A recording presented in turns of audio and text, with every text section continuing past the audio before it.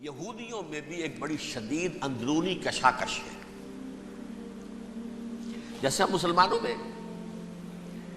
کچھ مسلمان وہ ہیں جو نماز روزے کی پابندی کرتے ہیں، دین سے انہیں تعلق ہے، کچھ وہ ہیں جو نہ نماز نہ روزہ نہ کچھ، نام تو ان کے ہیں، محمد حسین ہے، غلام علی ہیں تو صحیح، سیکولر ذہن ہے، مادی پرستی ہے، کچھ نہیں ہے کہ نہیں؟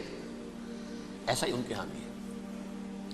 اصل یہودی جو ہے، عملی یہودی، اس کی شکل آپ نے اگر کبھی دیکھی ہو، اس کے سر کے اوپر اونچا ہیٹ ہوتا ہے کالا، ان کی زلفیں لمبی لمبی ہوتی ہیں، خاص طور پر یہ جو ہے گلپٹی کے بال، یہ قلمے جو ہیں یہ تو لا کے چھلے بنا کر بڑا خوبصورت سا جو ہے وہ ہار بناتے ہیں. لمبا کالا کوٹ پہنا ہوتا ہے، لمبی داڑھی ہوتی ہے. یہی وجہ ہے کہ مسلمانوں میں بھی، مصر میں جس کی لمبی داڑھی ہوتی تھی، اب کچھ حالات شاید بدل گئے، وہ سمجھتے تھے یہ یہودی ہے، یعنی لمبی داڑھی یہودی رکھتا تھا، مسلمان نہیں. مسلمان تو عرب صرف ٹوکن داڑھی رکھتے ہیں یا شیو کرتے ہیں، یا سعودیوں کی طرح صرف کوئی نشان چھوڑتے ہیں، اللہ اللہ خیر سے. لمبی داڑھی شعار جو ہے یہودیوں کا ہے. ایک انتہا پر تو یہ ہے، دوسری انتہا پر وہ ہیں جنہیں کسی شے سے غرض نہیں، شراب بھی پیتے ہیں، سب کچھ ہے، سور بھی کھاتے ہیں یہودی، بینکرز ہیں، بڑے بڑے سائنسدان ہیں، سب کچھ ہیں. وہ زیادہ تر جو ہیں سیکولر ذہن کے. کچھ بیچ بیچ میں بھی ہے، جیسے یہ ایریل شیرون ہے، ویسے شیوڈ ہے، داڑھی تو نہیں ہے اس کے، لیکن سر پہ وہ ضرور وہ جو ہے اس کی جو ٹوپی سی آپ کو رکھی نظر آ جائے گی. یہ ہے درمیانی یہودی ہونے کا نشان، کہ ایک شعار انہوں نے اپنا جو ہے برقرار رکھا ہوا. وہ ایک ٹوپی چپکی ہوئی سے ہوتی ہے، وہ ٹوپی کیا ہوتی ہے پتہ نہیں، کیسے چکی رہتی ہے مجھے نہیں معلوم. یہ جو کشمکش ہے اس میں، جو زیادہ رائٹسٹ اور لیفٹسٹ کی کہہ لیجیے، سیکولر اور مذہبی لوگوں کی کشمکش ہے، ان کے درمیان ایک کشاکش جو ہے اس کو سمجھ لیجئے کہ وہ کیا ہے. ایک چیز تو ان دونوں کے درمیان قدر مشترک ہے، پوری دنیا کی مالیات پر ہم تسلط کریں گے، قبضہ کریں گے، ڈومینیٹ کریں گے. لوگوں کو ہم بنا کر رکھ دیں گے حیوان، ملٹی نیشنل کمپنیاں ہوں گی، انہی کا راج ہوگا، انہی کی حکومتیں ہوں گی، انڈسٹری انہی کے ہاتھ میں ہوگی. لوگ یا مزدوروں کی حیثیت سے کام کریں گے، یا تھوڑے سے مینیجرز ان میں سے بھی ہم لے کر کچھ تنخواہیں ان کو بھی دے دیں گے. باقی سود کے ذریعے سے ملائی ہم کھینچتے رہیں گے، مکھن ہمارے پاس آتا رہے گا. ورلڈ ڈومینیشن، اکنامک ڈومینیشن، یہ تو دونوں کے نزدیک متفق علیہ. سیکولر بھی چاہتے ہیں اور جو مذہبی یہودی وہ بھی چاہتے ہیں.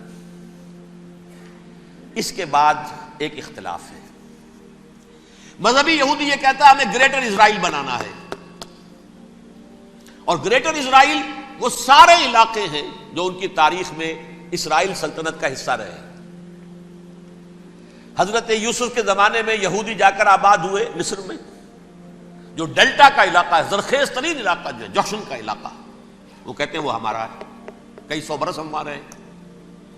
صحرائے سینا ہمارا ہے، اس میں کوہ طور ہے جس پہ حضرت موسیٰ کا ہم کلام ہوئے اللہ سے، تورات ملی. اس میں 40 برس تک ہم بھٹکتے پھرے ہیں. صحرائے تی ہے یہ، یتیہون فی الارض 40 سنہ. پھر فلسطین تو خیر ہماری جدی پشتی جائیداد ہے، جاگیر ہے. پھر یہ عرب جو ہے یہ بھی مدینے تک ہمارا ہے، مدینے سمیت. ہمارے قبیلے وہاں تھے جہاں سے نکالا مسلمانوں نے. پورا عراق ہمارا ہے، پورا شام ہمارا ہے، اور ترکی کا بھی ایک علاقہ ہے ابتدائی، مشرقی جنوبی، وہ بھی ہمارا ہے. یہ ہے گریٹر اسرائیل کا نقشہ، یہ ہم نے بنانا ہے. جبکہ جو سیکولر ذہن کے لوگ کہتے ہیں کیا کرو گے اس کو بنا کے، اس میں جو عرب ہیں وہ تم سے لڑتے رہیں گے، تم انہیں مارو گے وہ تمہیں ماریں گے. اگر تم 10 مارو گے تو ایک تو وہ بھی ماریں گے نا تمہارا. ٹھیک ہے، فائدہ کیا ہے؟ اس کی بجائے ہم یہ کرتے ہیں کہ عرب اور اسرائیل مل کر، کزنز ہیں نا آپس میں. آپ کو معلوم ہے بل کلنٹن نے یہ الفاظ کہے تھے جب اسحاق ریبن سے معانقہ کرایا تھا شاہ حسین مرحوم کا، تو کیا کہا؟ You are cousins. حضرت ابراہیم کے 2 بیٹوں سے نسل ہے نا، حضرت اسماعیل سے عرب ہے، حضور ہے، اور حضرت اسحاق سے یہ بنی اسرائیل ہے، کزنز ہے. You are cousins. تو ہم کزنز مل کر ایک اکنامک یونٹ بناتے ہیں، جیسے ایشیا پیسیفک ایک یونٹ بن گیا ہے، آسیان ایک یونٹ بن گیا ہے، وغیرہ وغیرہ.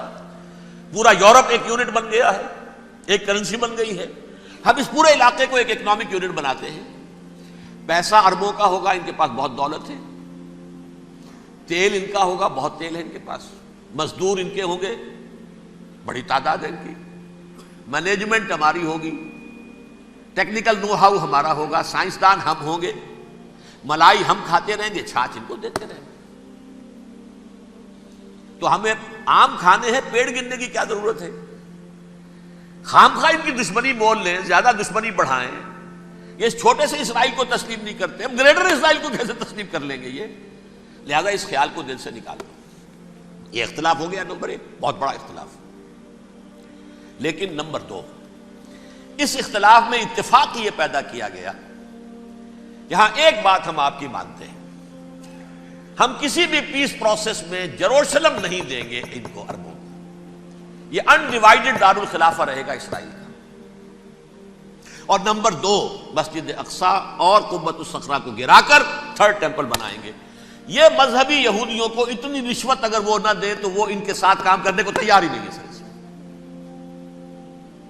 یہ پورا پس منظر سمجھ لیجئے، اصل میں بٹوین دی لائنز سمجھے بغیر یہ خبریں جو آپ پڑھتے ہیں۔ ادھر امریکہ کا معاملہ کیا ہے؟ ایک طرف وہ پشت پناہ ہے، حمایتی ہے، پروٹیکٹر ہے، محافظ ہے اسرائیل کا۔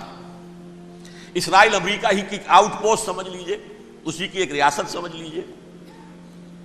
لیکن اس کے ساتھ ہی وہ اپنی جو دنیاوی عالمی مصلحتیں ہیں، اتنی بڑی قوم عرب کی جو ہے اسے بھی دشمن تو نہیں بنانا چاہتا، ان میں بھی ماڈریٹس کو چاہتا ہے کہ رہے ماڈریٹس، یہ جو ہماری جیب میں ہے، حسنی مبارک ہو، شاہ فہد ہو، جو ہماری جیب میں ہے، ورنہ یہ کہ وہاں پر اگر زیادہ ریڈیکل لوگ آ گئے تو ہمارا ویسے ہی بیڑا غرق ہوگا۔